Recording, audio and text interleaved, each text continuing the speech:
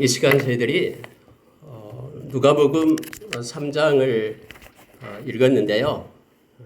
이 앞 시간에 1절부터 20절까지 말씀을 나눴고요. 오늘은 21절부터 마지막 절까지 말씀을 가지고 나누도록 하겠습니다.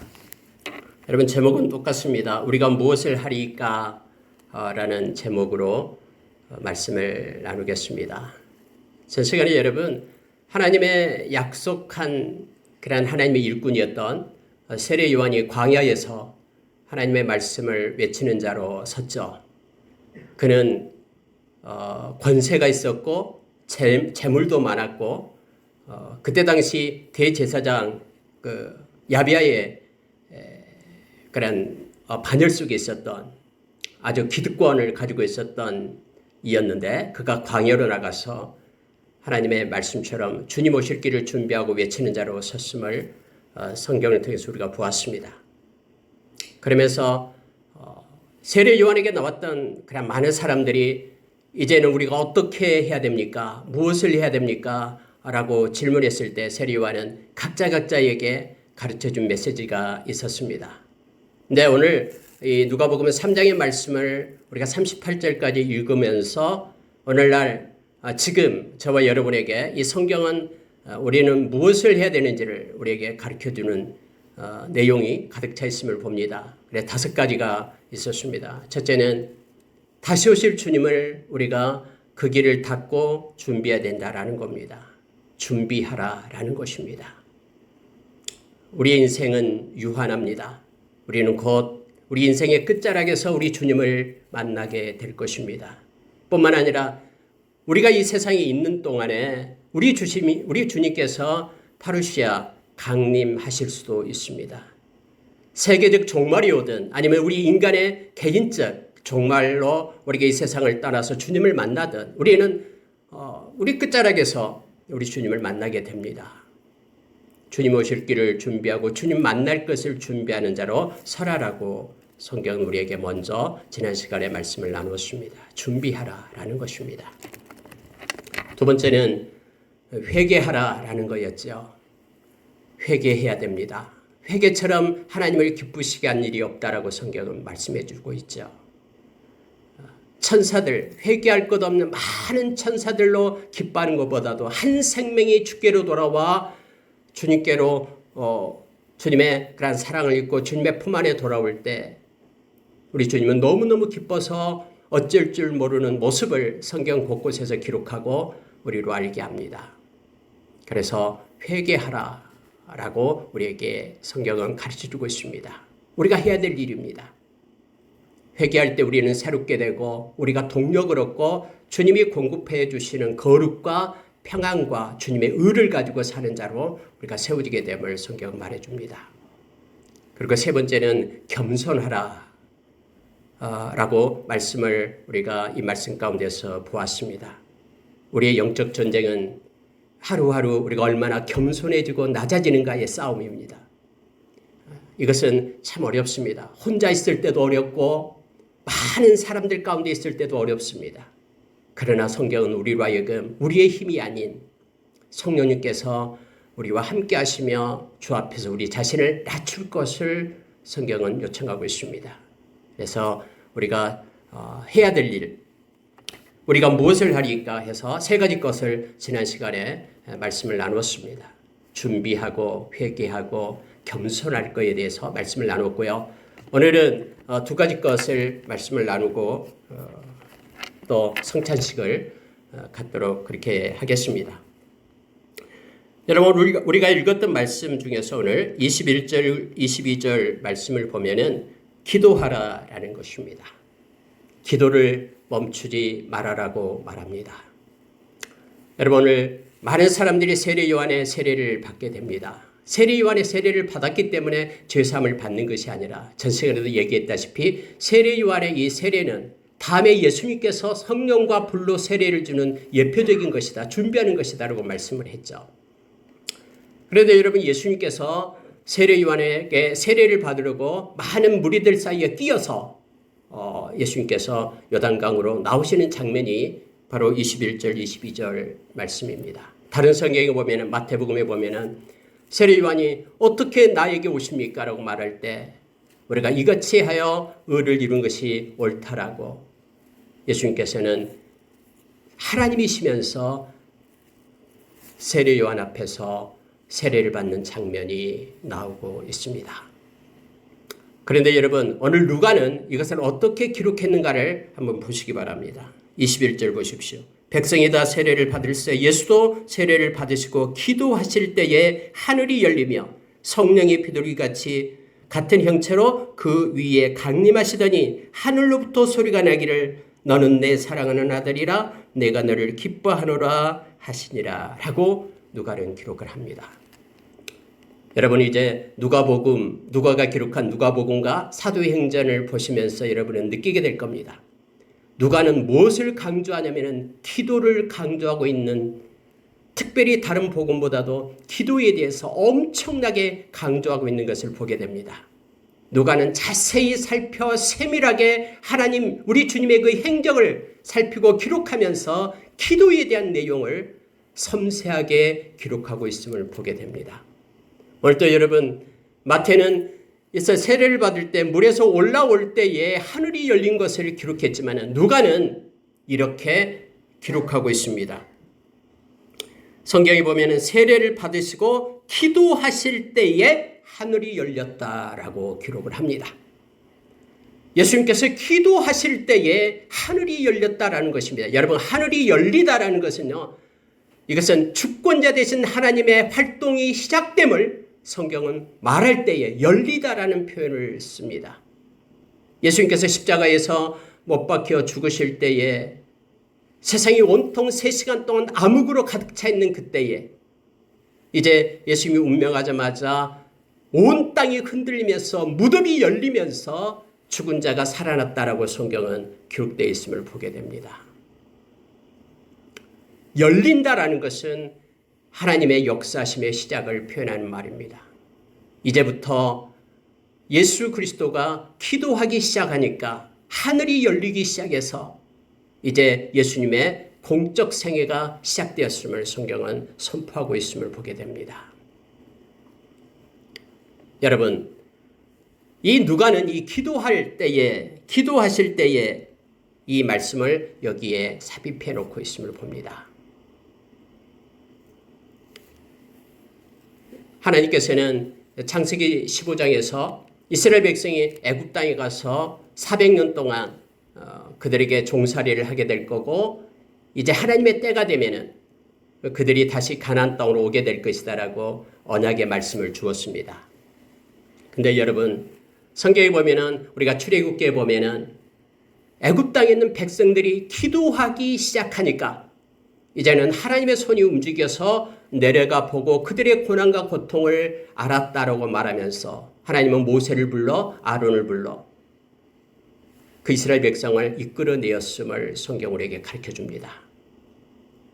기도할 때에 하나님의 약속이 있지만은 너희들은 반드시 기도해야 된다라고 에스겔서 36장에서는 우리에게 말해주고 있습니다. 여러분 하나님의 주권적인 행사 속에는 하나님의 백성의 기도가 있다라는 것을, 하나님의 그 구속사 흐름 속에 하나님의 백성의 기도가 있다라는 것을 성경은 우리에게 말해주고 있습니다. 하나님의 행하신 가운데는 하나님의 백성의 기도가 있음을 우리로 하여금 깨닫게 합니다. 특히 누가는 이 부분에 대해서 너무나 섬세하게 우리에게 가르쳐주고 있음을 봅니다.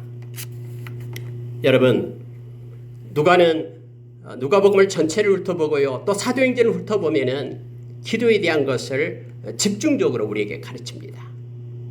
누가복음 5장 16절에 가보면은 누가는 이렇게 기록을 하고 있죠. 주님께서 한적한 곳에 가서 기도하시니라. 이 표현을 써서 나타냅니다. 여러분 누가복음 5장 16절이 나타내는 그런 배경은 이래요. 예수님의 이름이 막 사람들한테 알려집니다. 예수님이 병자도 고치고 엄청난 일을 행하셨다 하니까 사람들이 막 와요. 병든 자들이 막 몰려옵니다. 그리고 예수님의 말씀은 세상 사람들이 가르치는, 그러니까 서기관들이 가르치는 것과는 비교도 안 된다. 그분의 말씀은 너무너무나 깊다라고 말하니까 사람들이 예수님의 말씀을 듣기 위하여 막 몰려옵니다. 그리고 병자들도 오게 됩니다. 이게 15절 말씀이에요. 5장 15절. 아니 그러면은 많은 사람들이 오고 말씀을 듣겠다고 하면은 예수님은 열심히 더 가르치고 그들을 치유해야 되잖아요. 근데 여러분 역설적이게 성경은 16절에서는 그렇게 많은 사람이 몰려오는데 예수님은 밖에 한적한 곳에 가서 기도하시더라. 이렇게 표현하고 있음을 보게 됩니다. 빌 하이베르스 목사님이 쓴 책이 있죠. 너무 바빠서 기도합니다. 이런 책이 있습니다. 여러분 너무나 바쁩니까? 때로 어려운 일들이 많습니까? 많을수록 우리는 한적한 곳에 가서 하나님께 기도해야 된다라고 지금 누가는 우리에게 가르쳐줍니다. 여러분 6장에 넘어가면 6장 12절에 보면은 성경에서는 예수님께서 밤이 새도록 산에 가서 산기도하는 장면을 기록하고 있습니다. 이 누가가 기록하고 있는 거예요. 그때 당시에도 여러분 어떤 일이 있었냐면요. 안식일이었습니다. 그래서 예수님께서 해당에 들어가서 말씀을 전하는데 거기에 있는 유대인들이 그렇게 바리새인들이 예수님을 이렇게 독한 눈으로 바라보고 있는 거예요. 예수님이 안식일에 무슨 일 하나 보자라는 거죠. 근데 그 중에 오른손 마른 그 병자가 있었습니다. 예수님은 그들의 마음을 알았습니다. 그리고 병자를 이렇게 세웁니다. 안식일 날 선한 일이 하는 것이 맞냐 틀리냐 라고 질문하면서 그 오른손 마른 병자를 고쳐줍니다.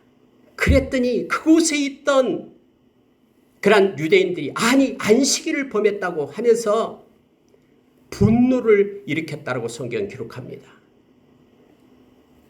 6장 11절에 그들이 분노하면서 말합니다. 그들이 노기가 가득하여 예수를 어떻게 할까 하고 서로 의논했다라고 말합니다. 근데 여러분 12절에서는 예수님께서 산으로 들어가십니다.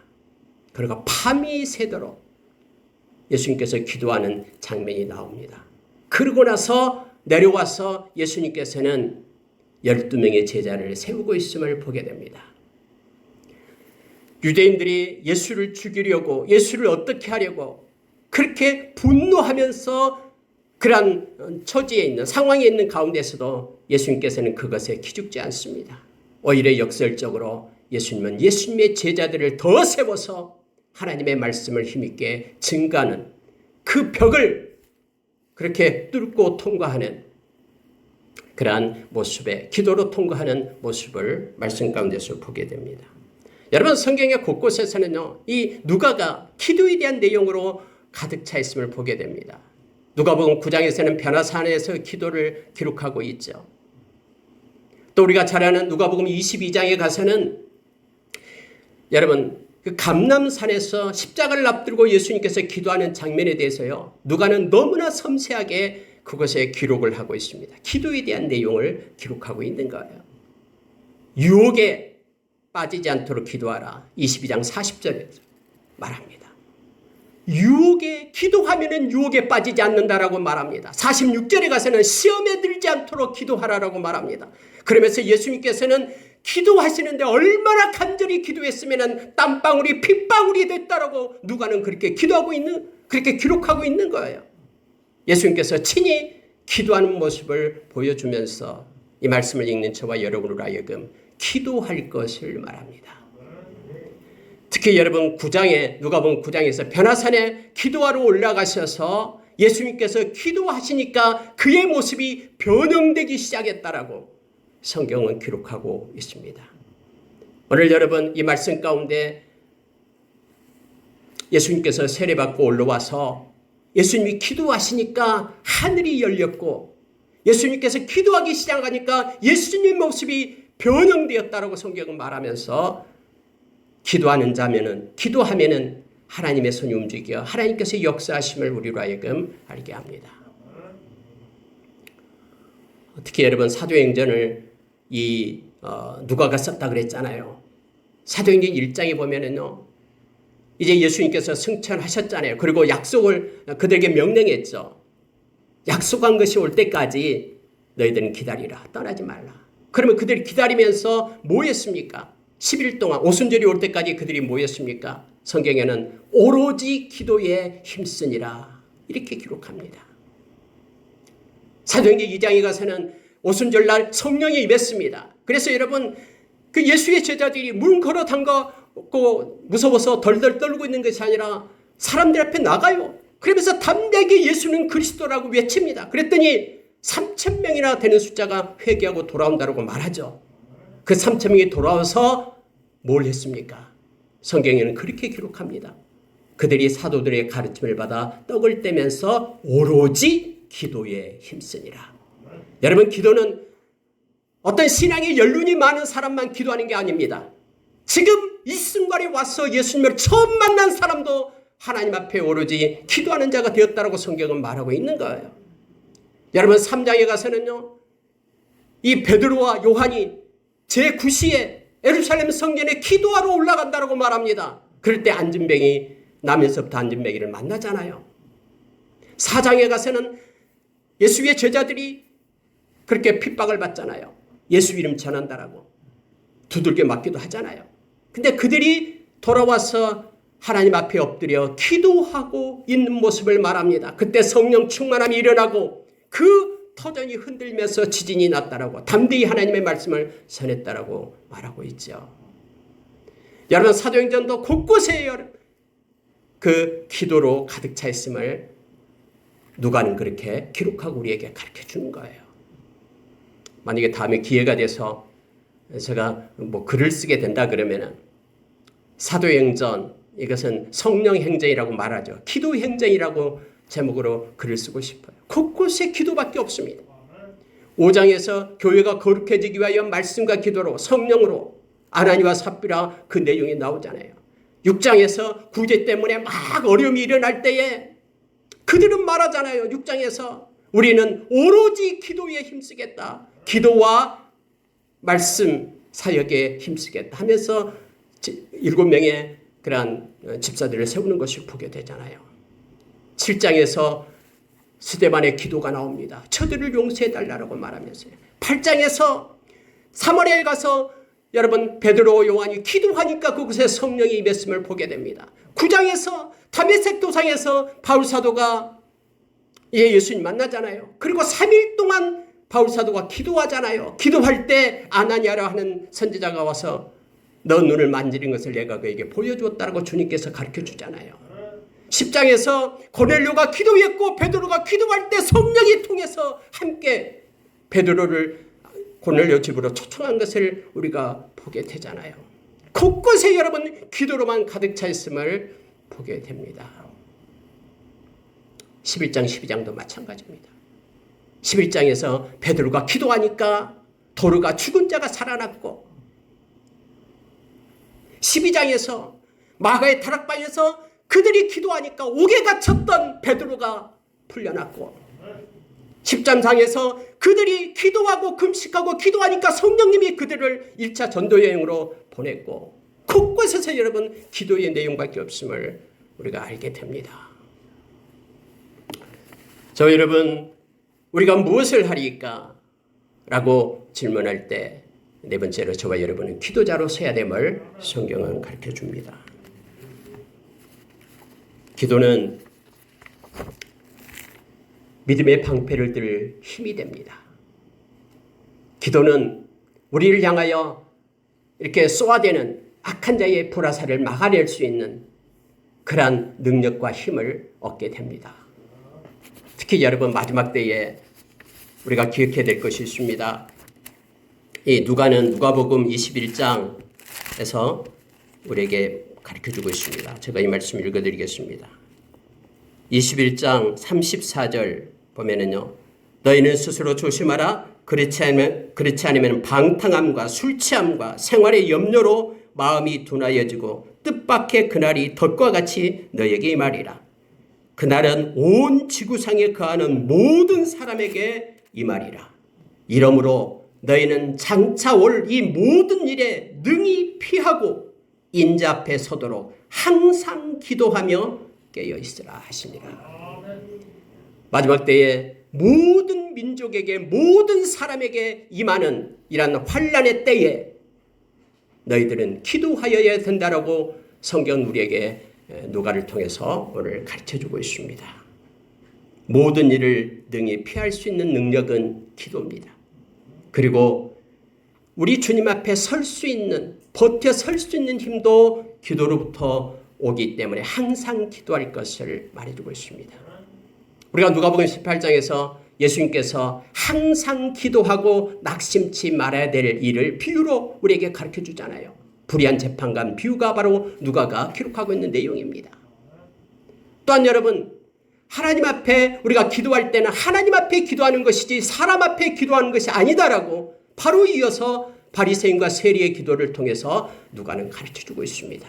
겸손하게 하나님 앞에 서서 기도할 것을 요청하고 있습니다. 온갖 누가복음은 기도로 가득 차 있음을 우리로 깨닫게 합니다. 우리가 무엇을 해야 됩니까? 저와 여러분은 기도하는 자로 설 것을 성경은 말해줍니다. 마지막으로 여러분, 오늘 5번째로 보면은 이 족보가 나옵니다.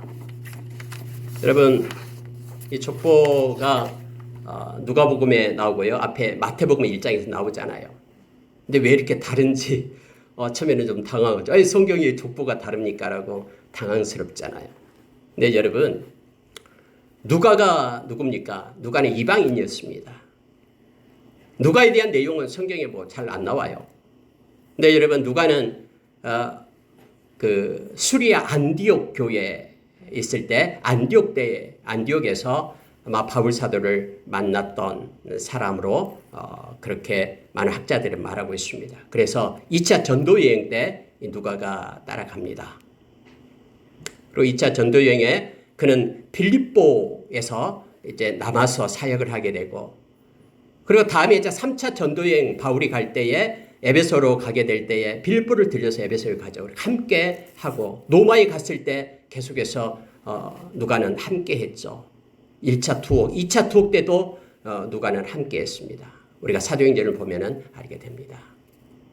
그래서 여러분, 이 누가는요, 이 마태와는 다릅니다. 마태는 히브리 그러한 관점에서 말씀을 쓰고 있고요. 이 누가는 헬라식 관점에서 쓰고 있습니다.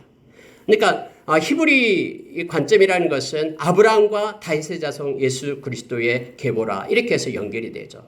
그래서 믿음의 조상 아브라함, 또 왕이신 다윗 왕을 통해서 왕으로서의 메시아 왕으로서의 예수님이 나타나셨음을 42명을 통해서 기록해 준 것이 마태복음이죠. 그러나 이러면 누가복음은요, 달라요. 누가복음은 이제는 상향식입니다. 그러니까 사고방식으로 말하면 귀납적 사고방식으로 글을 쓰고 있는 것입니다. 그런 헬라식 방식임을 알게 됩니다. 나부터 시작해서, 지금부터 시작해서 위로 올라가는 것입니다.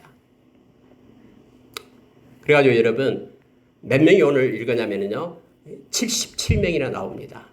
아담까지 77명. 원래 아브라함까지 이 앞에 마태는 42, 14, 14, 14 세 번에 끊어서 그렇게 나타냈는데요. 아브라함까지 이 대수를 세봐도 59명이나 됩니다. 다릅니다. 어떤 사람은 이것이 왜 이렇게 틀리냐라고 말하는데 쓰는 방식이 다르기 때문에 그렇습니다. 여러분, 누가는 이 대상이 열방입니다. 이 말씀을 읽는 모든 열방에 있는 사람들이 이 말씀을 읽고 깨닫기를 원하고 있는 것입니다. 그리고 여러분, 우리가 창세기 3장 15절에 보면은 이제 그게 원시복음이라고 얘기하죠. 여자의 후손이 악한 사탄의 머리를 깰 것이다라고 나오죠. 여자의 후손으로부터 메시아가 나옴을 나타내고 있습니다. 그래서 여러분, 누가는 여자의 후손에 대한 관점을 가지고 이 말씀을 쓰고 있는 것을 보게 됩니다. 요셉부터 그래서 다윗까지 그 시대를 거슬러 올라가는데 마리아 계보를 통해서 올라가고 있는 거예요. 앞에 마태복음은 요셉의 계보를 통해서 내려오고 있는 것이고요. 그래서 약간 다릅니다. 여러분, 그러나 우리가 여러분 이 계보를 읽을 때마다 여러분은 어떤 생각을 하십니까? 여러분 중에 누가 부모를 내가 선택해서 이 땅에 오신 사람이 있습니까? 아니면은 여러분의 자녀를 여러분이 선택해서 여러분의 자녀를 이 땅에 낳은 분도 없을 겁니다. 성경에는 사람들은 우연이라고 말합니다만은 성경에는 우연이 없습니다. 메시아가 지금 오기까지 그 위가 끝까지 이 누가는 하나님으로부터 났음을 지금 표현해 주기 위하여 그 끝을 하나님까지 연결시키고 있음을 보게 됩니다. 여러분과 제가 10의 14승분의 1의 확률이 있다 해서 이것은 제로에 가깝다고 말하는 이들이 있습니다만은 몇억 분의 1, 몇 천억 분의 1이다 해도 사람은 우연이다라고 말하지만 하나님은 필연적으로 반드시 있게 하심을 우리는 기억해야 됩니다. 여러분, 이 말씀을 읽을 때마다 저와 여러분이 기억해야 될 것이 있습니다. 하나님께서는 저와 여러분을 아셨습니다. 그리고 정하셨습니다. 예수 계보 안에, 예수님 계보 안에 저와 여러분이 있도록 정하신 것입니다. 그리고 하나님의 때에 저와 여러분을 부르신 것입니다. 예수의 보혈로 저와 여러분을 의롭다 하셨습니다. 그리고 이제 택한 저와 여러분을 영원히 하나님은 우리에게 영원롭게 하시면서 하나님의 자녀로 견인해 가실 것입니다. 여러분, 이 사실을 기억하게 될 때요, 하나님의 이 주권적 은혜, 어떤 것으로도 바꿀 수 없는 하나님의 불가항력적인 그런 은혜에 우리는 감사하게 됩니다. 족보를 읽을 때마다 저와 여러분이 믿는 자로서 불러주시는 그 하나님의 은혜, 너무너무 감사하며 하나님께 영광을 올리게 됩니다. 여러분, 저와 여러분이 말씀을 읽을 때마다 또 저와 여러분이 무엇을 하리까라고 외칠 때마다 우리는 감사해야 됨을 깨닫게 합니다. 저와 여러분이 하나님의 자녀됨에 감사하고 있습니까? 그 구원의 감격을 가지고 하루하루 살아가기를 원합니다. 그리고 여러분, 말씀을 보면은요, 요한일서 5장 18절 말씀 우리가 너무나 잘 압니다. 하나님께로부터 난 자는 다 범죄하지 아니하는 줄을 우리가 아노라. 하나님께로부터 나신 자가 그를 지키심에 악한 자가 그를 만지지도 못하느니라. 하나님께로부터 나신 자 예수 그리스도, 오늘 족보에 나오는 그 예수 그리스도가 하나님께로부터 난 자인 저와 여러분을 악한 자가 만지지도 못하게끔 지키신다라고 말합니다. 그래서 여러분, 하나님의 백성은요, 범죄하지 않는다라고 말할 때는 반드시 회개하고 돌아온다라는 거예요. 만약에 회개하지 않는 자가 있다면 그는 하나님께로부터 난 자가 아닙니다. 하나님께로 난 자는 반드시 회개하고 돌아와서 악으로부터 보존됨을 성경은 우리에게 가르쳐줍니다. 하나님께 감사하는 자는 하나님을 사랑할 수밖에 없습니다. 나를 구원해 주신 그 십자가의 은혜에 감사하며 하나님을 사랑하게 됩니다. 하나님을 사랑하는 자는 또 성경은 하나님의 말씀을 순종하는 자로 선다라고 우리에게 가르쳐줍니다. 요한복음 14장 21절 23절에서 말씀해 줍니다. 하나님을 사랑하는 자는 그래서 이 땅에서 담대합니다. 우리가 로마서를 암송했듯이 누가 우리를 대적하겠습니까? 하나님이 우리를 위하시는데. 누가 우리를 정죄하겠습니까? 하나님이 우리를 의롭다 하시는데. 누가 우리를 고발하겠습니까? 하나님께서 우리와 함께 하시는데요. 그래서 우리는 아무리 험한 세상에서도 담대함으로 나갑니다. 오늘 그래서 다섯 번째, 바로 감사하며 사랑하며 담대하는 것이 우리의 삶의 일상이 되기를 원합니다. 말씀을 마치겠습니다. 우리는 무엇을 하리까? 오늘 이 누가복음 3장을 통해서 저와 여러분은 주님이 오실 길을 준비하는 자가 됩시다. 회개하는 자가 됩시다. 겸손합시다. 그리고 기도합시다. 그리고 감사로 우리의 인생의 길이를 채웁시다. 하나님께 영광 돌리기를 원합니다. 이렇게 기도하겠습니다.